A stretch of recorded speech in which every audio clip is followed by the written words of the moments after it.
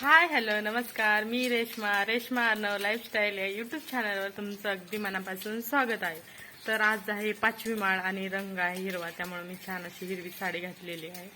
आणि आता अर्णव पण शाळेत गेलेला आहे. आणि काल तर पाऊस पडलेलाच नव्हता, पण आज काय झालं, सकाळची दिवसाची सुरुवातच पावसाने झाली. बाहेर असं चांगला पाऊस चालू आहे, म्हणजे बराच जोरात होता, आता थोडासा कमी झालाय. आणि इतकं कंटिन्यू पाऊस चालू आहे, त्यामुळं आज काही शेतात जायचं नावच घेता येणार नाही, कारण ऑलरेडी भरपूर पाऊस झालेला आहे. त्यामुळं काय झालं, रानात पण पाय इतके फसतात की चालताच येत नाही, गुडघ्यापर्यंत जातात. आणि पाय एक काढूस तर एक रवतोय. त्यामुळं जर उघडीक पडली, अशी झिमझिम असली तर काय जायचं नाही.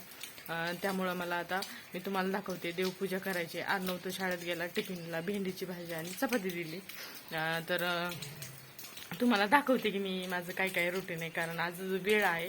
दररोज कसं असतं, दररोज रानात जायचं असतं ना, त्यामुळं एवढं काय दररोजचं डेली मला शेअर करता येत नाही. तर आता मी देवपूजा करून घेते, कारण 5वी माळ आहे आणि उपास पण आहे.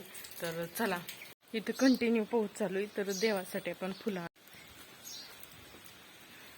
इथं झेंडूचे फुलं आहेत, इथं जास्वंद,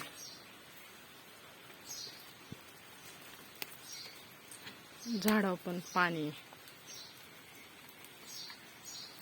आणि थोडे झेंडूचे सगळं.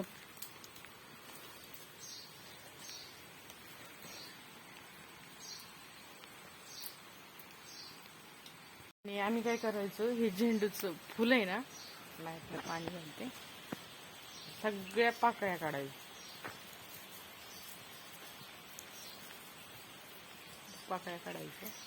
तर हे खराबच झालेत पावसाने तसे. तर आम्ही पाकळ्या काढून, आणि ह्या पाकळ्या काढल्या, हे राहतं नाही पांढरं पाकळ्याच्या खालचं, तर त्याला खोबरं म्हणून आम्ही खायचो. म्हणजे झेंडूचं फुलं आहे ना, त्याच्या खालचं हे पार्ट आहे ना व्हाईट, हा खोबरं म्हणून खायचं असं आहे.